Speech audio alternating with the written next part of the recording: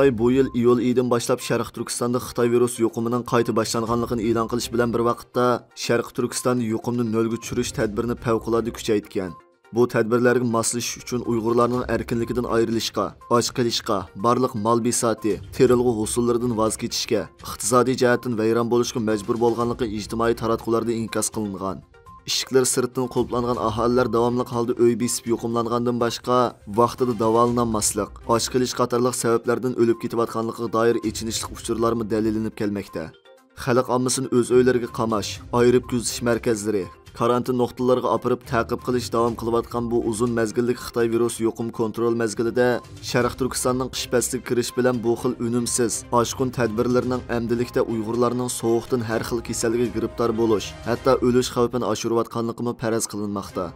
TikTok'dagi videolarda va boshqa ijtimoiy taratqularda Xitoyning yolg'iz G'ulja, Urumchida emas Korla, Sanji va boshqa joylarda vaqtli karantin doktorxonasi, ayirib kuzatish nuqtalari qurib kengaytayotganligi, karantin o'rinlariga avtobuslarda to'shilayotgan kishilar orasida kichik bolalardan tortib yashanganlargacha har xil yoshdagi insonlarning borligi ifodalangan.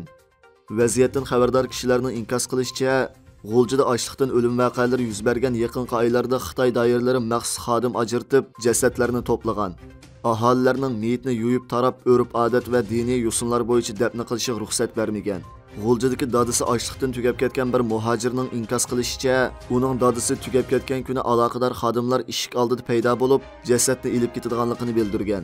Ma'lum bo'lishicha, Xitoylar jasadni ilib mengishning oldi-keyinda oilalarga bu jasadlarni qandoq bir taraf qildiganligi yoki nimish qildiganligi haqida ma'lumot bermagan. 31 oktyabr kuni kishilik huquqni qo'g'dash turi Xitoyda tutib turilayotgan siyosiy mahbuslar va vijdon mahbuslari to'g'risidagi oylik dokladni e'lon qildi. Dokladda haqiqiy ism bilan statistikasiga asosan o'lim jazosi tasdiqlangan, kechiktirilgan o'lim jazosi, muddatsiz qamoq jazosi, hukm aniq bo'lmagan va jinoyat bekitilmay tutib turilayotgan Uyg'ur, Qozoq, Tungan, Tibet, Mo'g'ul va boshqa millatlardan jami 1442 siyosiy mahbus va vijdon mahbus borligini e'lon qilgan. Dokladda Xitoy Kommunistik partiyasining 20-qitimliq mamlakatlik qurultiyi mezgilda har qaysi joylarning muqimligini saqlash vaziyati keskin bo'lsa-mo, yana xalqning Xi Jinpingning zolim hukmronligiga bo'lgan o'chmanligini va qarshiligini to'xtatolmagan. Beijing Siton ko'rikiga Pingzayju hokimiyatga qarshi tamoq kerak, erkinlik kerak, saylam kerak, dars tashlab, ish tashlab diktator davlat o'g'risi Xi Jinpingni ag'dirib tashlash kerak degan jumlalar yozilgan lozungini chiqarib, noroziligini bildirgan. Shuning bilan Xitoy hokimiyati Pingzayjuni qo'llagan nurg'un demokratik huquq qo'g'duvchilarini qo'lga olgan. Xalqqa nomussizlarcha ochiq-oshkora tahdid solgan.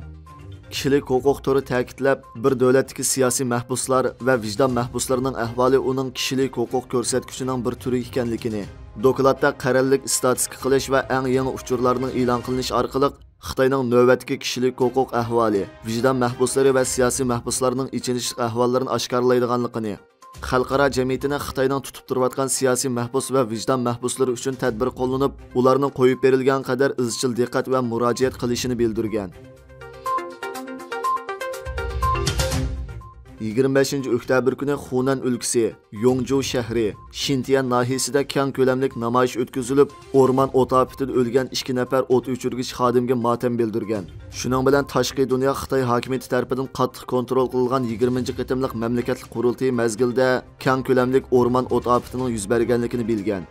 Shuning bilan bir vaqtda Guangxi, Jiangxi, Zhejiang qatorliq joylarda o'xshamagan ko'lamda o't ofat yuz bergan ekan. Ammo bu xabarlar qattiq kontrol qilingan ekan. Amaliyotda 17 oktyabr kuni Xintian nahiyasida keng ko'lamlik o'rmon o't ofati yuz berganda, Xitoy Kommunistik partiyasining 20-navbatlik mamlakatlik qurultiyi ichilgan mezgil bo'lg'achqa, o't ofati to'g'risidagi xabarlar qattiq bostirilgan ekan.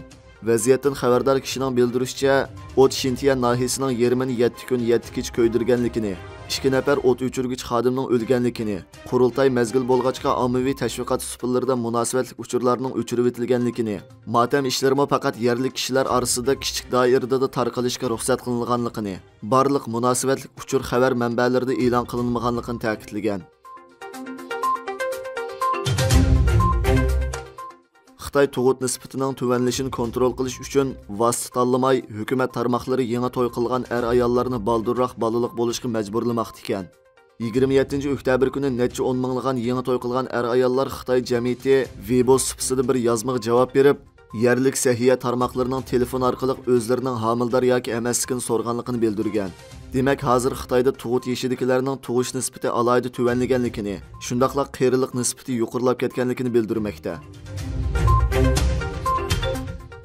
Rossiya hafta oxirida Qrimdagi Qora dengiz floti hujumga uchirgandan keyin BDT vositachilik qilgan Qora dengiz ochliq eksport kelishimidan chekinganligini e'lon qilib, yer shari ochliq krizisini, yemaklik bahosining o'sishini keltirib chiqarishi mumkin ekan. Rossiya Davlat Mudofaa Ministrligining aytishicha, Ukraina 29 oktyabr kuni 16 uchquchsiz aeroplan bilan Qora dengiz flotiga hujum qilganligini bildirgan.